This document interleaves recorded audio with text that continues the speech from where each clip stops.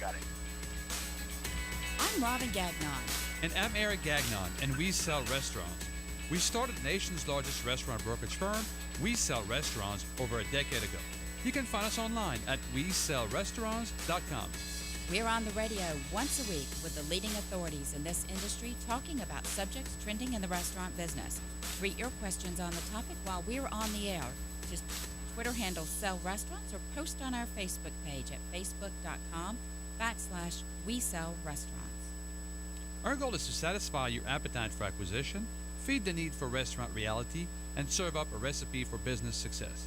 If you have any ideas for our show or comments, you can email me. My email is eric@WeSellRestaurants.com. Today's show focuses on the new Food Network series, Buy This Restaurant. It hits the airwaves Wednesday, February 5th at 9 p.m. Eastern Time. The show follows aspiring restaurant owners as they take their first steps towards achieving a dream of owning and searching for the ideal space to launch their new business. Yeah, and for that purpose, we are joined today by the Food Network's Keith Simpson, who is the show host and also a commercial real estate expert specializing in restaurant business and properties. Keith started his career in the UK as a chef in 1973, graduating from a London college for hotel and catering. His career led him to graciously cater for the British royal family, which developed his taste not only for fine wine, but also a desire to share food with others. Keith purchased his first restaurant in California in 1996, and in 2006, at the height of the economy, he sold it for over 3 times what he paid. Great lesson for our listeners. This initial deal piqued his interest in real estate, and Keith became a full-time restaurant broker. Over the course of his career, Keith has owned 3 restaurants and 1 catering company, in addition to his many successful property deals. His deals run the gamut from small family-owned pizza joints to fine dining establishments. Keith resides in Sacramento, California. Keith, we're thrilled to have you on board this morning. Thank you. Good morning. How are you? We're doing great, thanks. Well, Keith, let's Good. just kick this off. For years, just like us, you meet somebody in the world and they say, hey, what is it you do? And when you say, I'm a restaurant broker, then the shades go down, you get a blank stare. Now it looks like you're going to take the idea of being a restaurant broker into millions of households with your new show, Buying a Restaurant, premiering on Food Network. How did that happen exactly? Well, you're right. People do just give you a blank stare. You know, I think when you're in realty, it's, okay, you're in realty. But I specialize, our company, Restaurant Realty Company, based in San Francisco, we only sell restaurants. And so I got a call out of the blue, really, and they liked my bio. They liked, the company liked that I had not only brokered restaurant deals since 2006, but also that I was in the restaurant business all my life, and I've owned 3 restaurants and a catering company, as you said before. So my understanding of the restaurant business really runs the whole spectrum, from fine dining right to pizzas and you name it. So that experience gives me a little bit of sort of, when you own a restaurant, you have to be a little bit flamboyant, you have to be a little bit out of the box, and you have to deal with customers and employees, and selling weddings and etc. So all that experience really bottles into this new series, which is absolutely fabulous. I'm so enjoying it. But Keith, sounds like you and I have the same kind of personalities. That's why probably we're successful as brokers as well. And tell us about this show a little bit. Is this like going to be like a house hunter, like the popular HGTV show for restaurants, or tell us a bit what's going to be happening in a typical show? You know, it's a little bit more involved than House Hunters, because in House Hunters, I really think you just see the realtor. I shouldn't say just. You see the realtor going around, here's the master bedroom, there's the master bathroom, there's the kitchen, and they decide. This is much more advisory. So we're actually going through, looking at the buyer's background, their budget, do they have enough money to do this, and working capital, startup costs. This is what it will cost to renovate.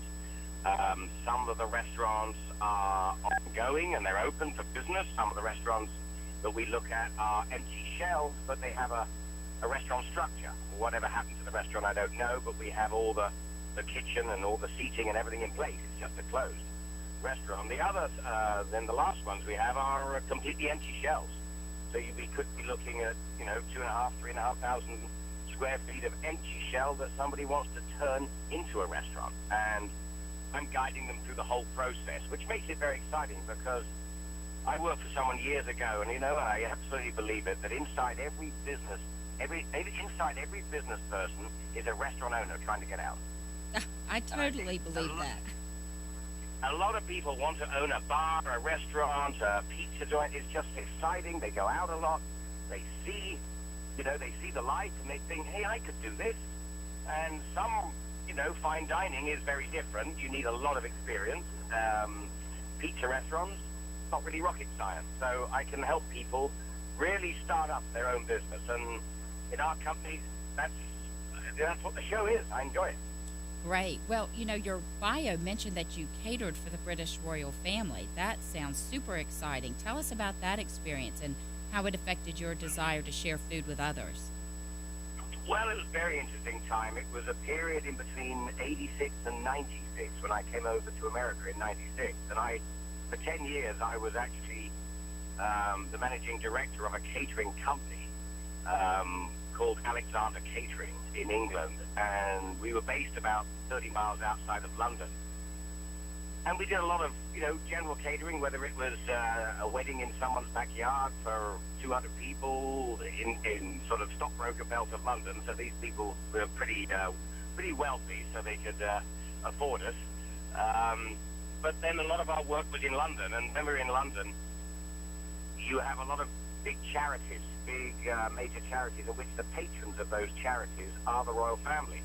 And it would be regular. It would be, I don't know, twice a quarter, we would be catering either St. James's Palace, the Queen Mother would be there.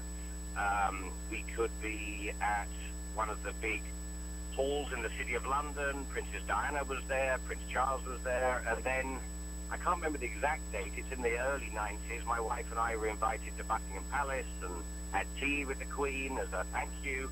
And we catered for 10 years to many different, Princess Margaret, the Queen's sister, we catered for. Prince Philip, the Queen, we catered for all of them. But largely at major function events where they were the patron of a charity. Because in Buckingham Palace, they have their own caterers full time. Wow, that is so amazing. Now, Eric, I think you wanted to follow up and kind of bring it back to the States now. Yes, Keith. Bob Tishman, very familiar face on the Food Network, general manager and senior vice president, said recently that owning a restaurant is the new American dream, and they wanted to capture the exciting yet crucial first step of launching that dream into reality. And now you're going to be kind of the person, that's going to be helping them, showing that to America. How fulfilling is that for you to watch these first-time buyers and try to achieve their lifelong dream? Well, it's absolutely, because in 1996, I came over with my family from England to do exactly that. I had never owned my own restaurant before. I'd worked for other people, and you hope you find the mistakes that way. Let them make the mistakes. But I came over and I opened my first restaurant in South Lake Tahoe, in California. And so it's a big leap for me. So I'm using that experience to also help first-time buyers on the show. And it is the American dream. It was my dream in 96, and now it's a reality with a TV show. So, it's almost like I'm following my own life here and helping other people do the same thing. That's amazing. So you've taken your life story, come full circle, and now transferring that skill set into helping others. And so you've owned 3 restaurants. Absolutely, because I didn't see the opportunity in England. We looked around for a year, my wife and I, and tried to find somewhere, not only with the weather was terrible anyway, but my brother-in-law at the time was living over here, and we visited many times, and we thought, people go out to eat in America about 60% of their time. That was the statistic back in 96. In England, it was like 15%. So the chance of success is far greater in the United States than I believe in Europe. Well, we just recently came back from England, and I want to tell you, though, that people do go out to drink in England, though. They go out to drink, you're right. I'm not sure the food so much, but the opportunity in America, you're talking England 50 million people, America 300 million plus. So there's a much bigger opportunity in America. And I think my English accent helps, of course. When I had my restaurant, I'd have people from Tennessee coming up to Tahoe, and they just want me, I'd open the door for them and welcome them to my restaurant, and they just wanted me to say that again. Say that again. It was great. So I've had fun with my accent. That's great. Now, we could say the same about our Southern accents over here.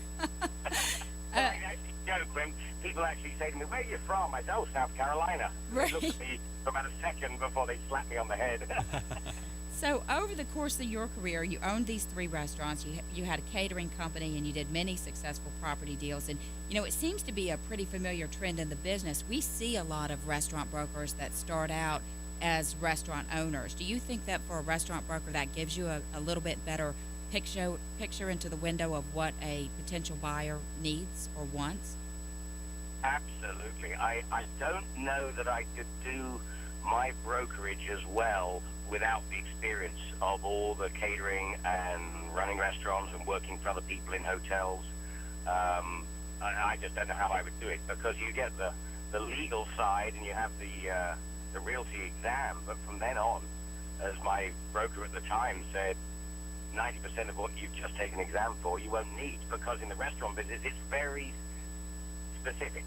There's very different variables in a restaurant, and when I'm talking to buyers and the sellers, of course, you have to make sure that everything is above board and everything is truthful, and I'm looking for anything that might be not quite correct, let's say, and I ask the questions, and those are the below-the-belt questions that I call it, that really make me know exactly about the restaurant that I'm selling, and so therefore with the buyer, I'm able to really give him a full picture of what he's letting himself in for. You've known this a while. Some listeners here may be aspiring to own a restaurant. Some people may be more seasoned operators. But can you tell us some of the rookie mistakes that you see over and over when buyers come to you and say, "Hey, this is what I want to do. This is my idea," and you're like, "No. This is one of the biggest pitfalls." Can you elaborate on a few of the pitfalls that you see over and over from rookie buyers? Yikes, that's a hard one. They're all very different. Not having enough working capital is normally the reason that people go out of business in their first year. They've got to be capitalized correctly. They think they think they're going to open the doors and people are going to come in, and that's it. We do dinners, open the door. You've got to have experience and learn about marketing and advertising. That's primary. You've got to deal with employees. You've got a lot of things, and I don't want buyers to overstretch themselves. Quite honestly, if they're not very good cooks, or they don't really know much about the food industry, but they enjoy eating out, then go small. Put your toe in the water. Maybe a pizza restaurant and a little bit more. Maybe a cafe offering some nice homemade sandwiches and cookies and things, because that's a good step. Now, if they're successful in that in the first couple of years, then sure, take the next leap to a bigger restaurant. But going all out and purchasing a 6,000 square foot fine dining restaurant is not a recommendation for a first-time buyer. Okay, so they're really biting off more than they could chew in that scenario. Absolutely right. Yeah, it's like somebody leaving a technical college of engineering and they think they can be the CEO of an aerospace company. I mean, it's just not going to work. They've got to learn the business. In fact, I've actually said to some buyers that if they're not sure about the industry, but they think they'd like to go into it, then go and work in it, even free of charge. Go in as an intern. Go and knock on some restaurant doors of typical that they would like to own, and offer to work. Do a couple of months in the kitchen, just chopping and slicing, and work as a host, a busser, a server. Just get to know the business. Do a bar back. Just see if you like it, because the hours can be long, the stresses can be high. It's not like when someone orders something to eat and drink, they expect it there on the table within 6 to 10 minutes. So if you're not able to cope with that sort of stress, then it's not the industry for you. So it's working in the industry for 6 months just to see if you like it is a tip that I would always give a first-time buyer if they're not sure. Do you see, let's compare notes a little bit from broker to broker here, from one coast to the other. Do you see a lot of people coming to you? We see that a lot. Is like they want to be on the corner of Main Street and Main Street for $15 a square foot when, A, there's nothing available on Main Street and the going rate is $40 a square foot. Do you see people doing lack of homework and understanding their marketplace? I do, very much so. They think they can just open something on the main road, and they don't do the math. They sort of say, okay, it's only going to cost me $5,000 a month, but wait a minute, that's $60,000 a year. If you're only budgeting that your restaurant's only going to do $120,000 a year, $60,000 is out of the question. You need something where your rent is only going to be $20,000 a year, if that. So. People, again, I try and stop people biting off more than they can chew. And that's so important, because they'll be gone in the first year. So, do you have a story that you can share with us about one of your transactions that worked out really well for a buyer? Something for a deal that came out in the end to really the good fortune of that buyer despite a few obstacles, and how did you overcome those? Gosh, now you're really asking me to think back. I suppose a good fortune was selling. I sold a very nice place in Petaluma back in. Now you've really got me. I'm thinking around about 2008, 9, and it was a rundown Irish pub. The people really weren't doing very well. I think he probably overpaid a little bit for it, but he really wanted to go there. And he didn't have any experience. He'd worked behind a bar before, but that was it. And I'm going, Julian, you're crazy. And he said, no. And I said, okay, well, then you've got to follow some of my rules. And I gave him spreadsheets, and we worked together on a business plan. We made sure that he really wasn't just throwing money at something. And you know what? 3 years later, I sold it for him again. He doubled his money because he had increased the business threefold. I couldn't believe it. He turned a business that was doing $300,000 or $400,000 a year into 1.2 million, and I take my hat off to him. But I helped him a lot. I did. He was always on the phone to me. What do you think of this? What do you think of that? And we were talking all the time, and we became great friends. So there he was, the buyer. In 3 years later, he became the seller, and now I'm looking for another place for him. He's now got more money in his pocket, having sweated hard, worked hard, and grown his own business that he's now able to leverage up. So he went in, again, as I said, a little bit bigger of a toe than I would have liked him to go into the pool, but even still, I was right behind him. And now he's able to buy something much better, much bigger, that will hopefully be more profitable for him. So I'm out searching as we speak. Keith, are you saying that the best way to pick your brain out and get the most out of your brain is a couple of free pints of beer? No. A nice check. I can help people. When I look at it, I've got 41 years of experience, and I go back to 73 and 75. I went to catering college as a chef. I came out into London and worked for 10 years as a chef. Well, I wouldn't say an executive chef, but I worked as a chef. And that grounding is always going to stand me in good stead, and it helps me understand what the chef's problems are. And now, having then run other people's businesses, then running my own for 3 different restaurants and catering company, I understand every single part of a restaurant, including cleaning out the restrooms, and I've done all of it. Oh, wow. And so, if people are worried about their nails getting dirty or chipped, it's not the business for you. Hey, let me ask you about this. I want to switch gears just a little bit because it seems as though there's a proliferation of these shows that are hitting the airwaves now. We've got the Esquire network with something called Risky Listings. Another network is shooting or has been producing Bar Hunters, and now we have your new show. So how close to reality are these shows? Because, for example, the Risky Listings show, there's a whole team of brokers with lots of drama and infighting. We don't really have that at We Sell Restaurants. Your show is more focused on you as a single broker. Is that reality, maybe somewhere in the middle of that? Yeah, I don't know the show that you're talking about, but I don't know of any infighting. In fact, in our company, we actually help each other because sometimes a broker in running a different area of California would actually send me a name of a number of a buyer that's looking to buy something in my area. So we work hand in hand. We have no infighting. I think my show is very realistic because it's not the shouting, swearing, and everything else that you see and hear on Robert Irvine's and Gordon Ramsay's. I'm not like that. I'm the nice, and I try and be cool, calm, and collected, and advisory. It's not a heated show. It really is something where, like House Hunters, people are looking to buy their first business, their first restaurant business, whether it's a small bar, a small dining room.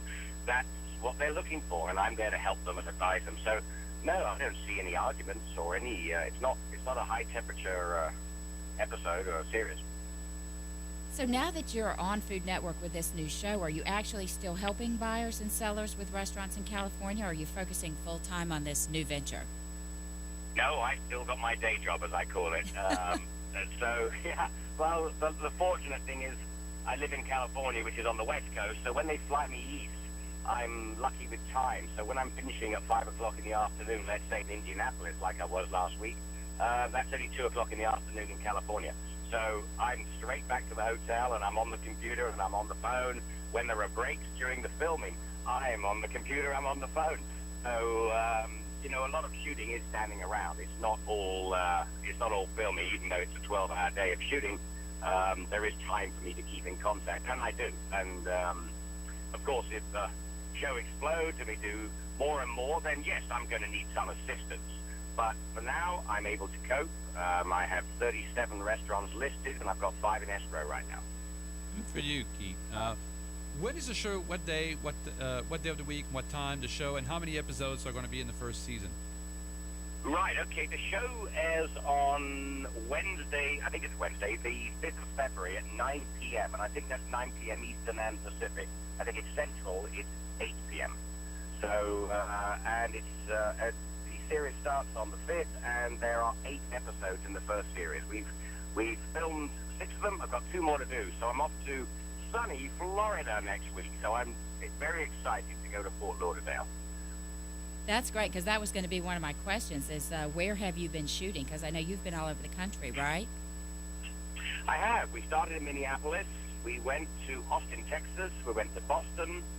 We went to Charlotte, Nashville, and last week Indianapolis, and that was really weird because I'm driving to the airport about 5 in the morning to get my plane back, and it's 20 degrees and it's bucketing with snow, and I arrived back in California and it's 72 and sunny. So I am looking forward to Florida next week. Then I think we're finishing off the week after in San Francisco, Berkeley area, but don't quote me on that. I'm not sure. So we're really wherever the production team can find the buyers, and it's it's a challenge for them. My job is just to be specific. They found a restaurant. What do you think of this? And I'm looking at the numbers. I'm looking at the sales. I'm looking at the cost of the labor. I'm looking at the rent. I'm looking at location, which is to me absolutely prime. I'd rather overpay for a great location than underpay for something that's 3 blocks back to the main strip. So I'm looking at it all, and then I say yes. So I'm advisory, and I work with the production company. I work with the Food Network. I work with the buyers, and I think as a team, it's going to be a very successful show and very entertaining. I'm asked to be entertaining, so there's a bit of levity. I'm not all serious. There's certain little parts you'll see where I'm a little bit goofy, but that's me. That's my personality. Well, that's great. I think we're going to wrap up this segment, so give us just a couple of minutes to thank today's restaurant, the Food Service Industry Newspaper, who is one of our sponsors. They're the trade newspaper for the food service industry in Georgia and Florida, and has positioned themselves as the total marketing solution to sell a service or product. You're listening to Eric and Robin Gagnon from We Sell Restaurants. We're the restaurant brokers. You can find more about us online at WeSellRestaurants.com. Take a moment and like us on Facebook at facebook.com/WeSellRestaurants. Find us on Twitter at Sell Restaurants, and of course, we're on LinkedIn as well. We're your industry authority and source for information. Stay tuned. We'll be right back with Keith Simpson from the Food Network.